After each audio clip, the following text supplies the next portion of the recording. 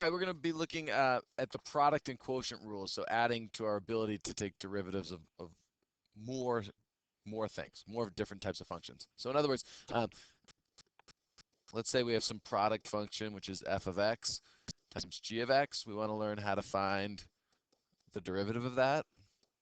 Similarly, if we've got some quotient function, which is f of x over g of x, we want to figure out what's the derivative of that. And it's not, people will make this mistake, and it's not simply just f prime of x, g prime of x. Similarly, it's not f prime of x over g prime of x. This is not what it is. So just eliminate that from your possible mistakes. It's not what it's going to be. Okay, but before we get started with the product and quotient rules, let's just take a second to review the rules that we do know. The first one is our power, derivative of powers. The power drops down in front, and then the power drops by 1 in the exponent. The constant multiple rule, if I've got a constant in there, I can just move the constant out in front and then take the derivative of the function. Sum and difference, in other words, the sum and the difference of two functions, when you're taking the derivative is distributive only if we're adding and subtracting. And the last one from the last video that we looked at, the derivative of some exponential is just ln of the base times b to the x. Okay, so that's review. Going into new, the product rule, if I was looking at f of x times g of x, in this case, well,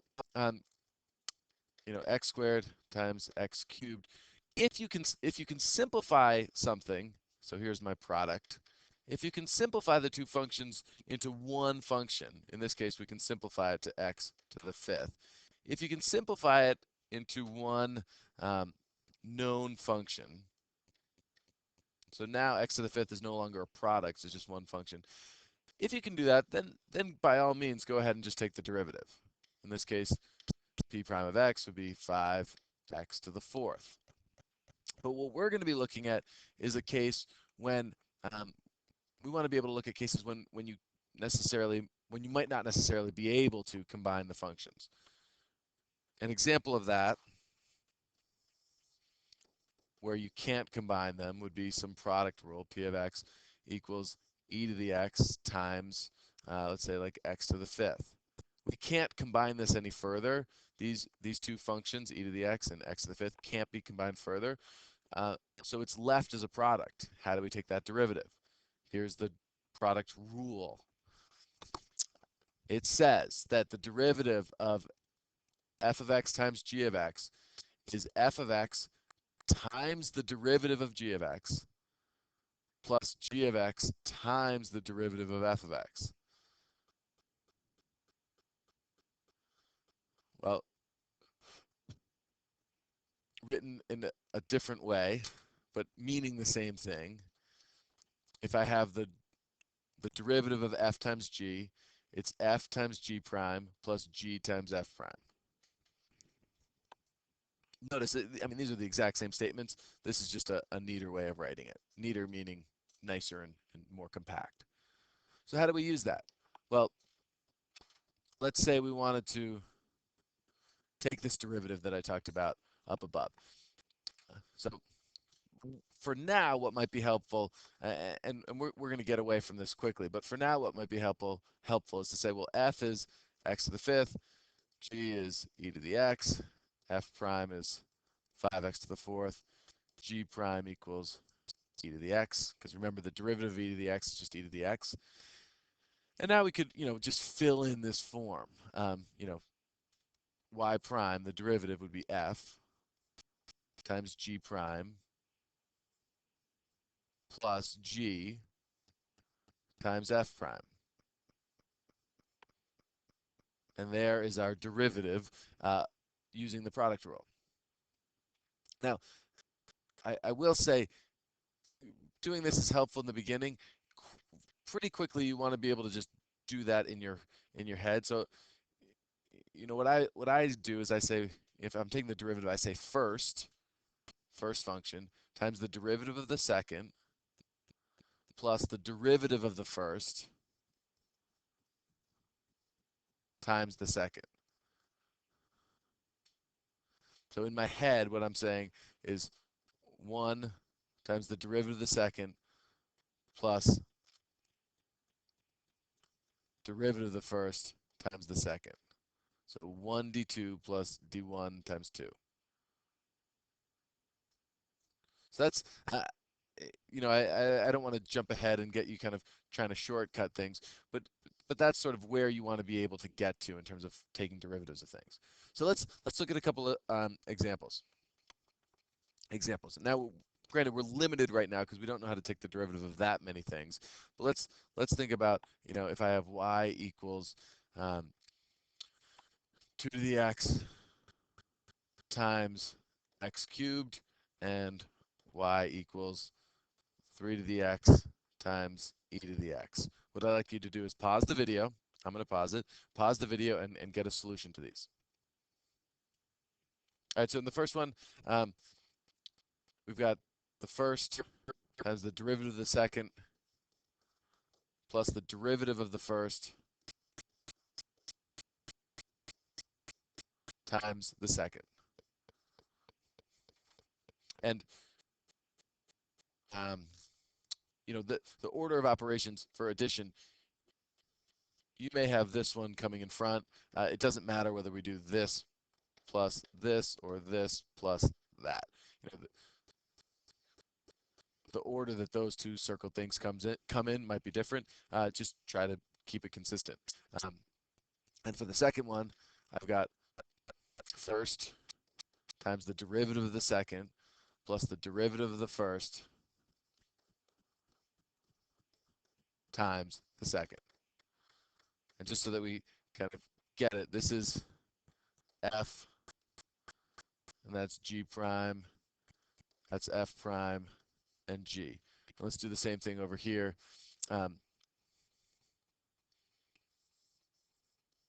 That's f prime, that's g, that's f, and that's g prime. Okay, that's the product rule. The quotient rule. If you have f of x over g of x, my mnemonic device for remembering this is, if we think about this as being a high function over a low function, that it's the derivative is low d high minus high d low. Oop, I'm running out of space.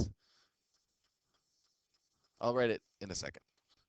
Let's first show how they write it, and then I'll show you how I write it. So f of x over g of x. The derivative is the low function times the derivative of the high function minus the high function times the derivative of the low function all over the low function squared. So I think of that as low d high minus high d low all over low squared. And if you can just say that a couple times, low d high minus high d low all over low squared. Low d high minus high d low all over low squared. It's kind of catchy. It rings. Put it into your kind of mnemonic memory. I don't even know if that makes sense. Commit this to memory. Low d high minus high d low all over low squared. This is the quotient rule. So to see it in action, here's my function.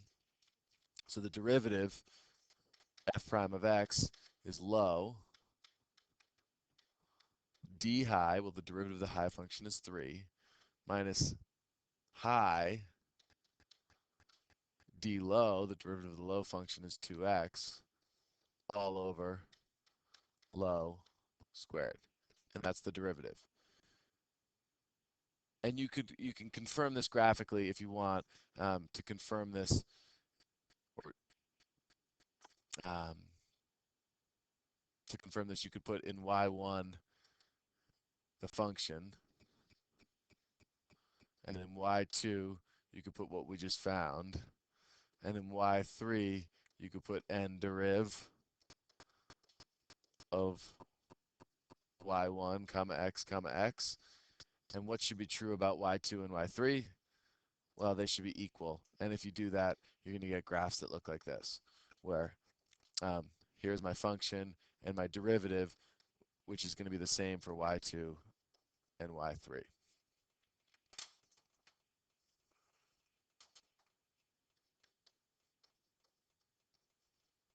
Because y2 and y3 are the same thing. So let's look at an example of that in practice. So I'm going to put up 3 examples. I'm going to ask you to find their derivatives, and then you can check your answers with me. So the first one is x squared plus 3x to the 4th over 2 to the x. The next one is x plus 3 to the x over 5x squared. And the last one is 2 to the x over 5 to the x plus 1. Okay, pause the video and then unpause it, and I'll go through the results. But please make sure you pause it and try to do these on your own. All right, so for the first one, y prime is low, d high, so 2 to the x plus 3 times 4 x cubed. So that's low d high minus, and I'm going to have to kind of minus high d low, so ln 2 times 2 to the x, all over low squared. So sorry about that curving writing, but deal with it. Okay, next one. Similar problem. Same thing. It's a quotient rule. So we've got y prime equals low. So 5 times 2x to the 1, which is just 2x. So that's low. Oops. It's not d low. So it's low d high. So 1 plus ln 3 times 3 to the x. So that's low d high minus high d low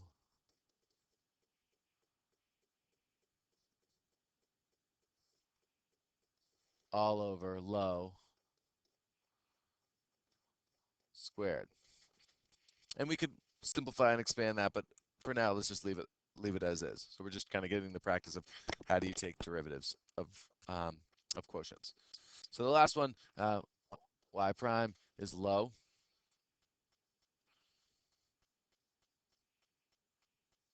D high, so ln 2 times 2 to the x. So that's low d high minus high d low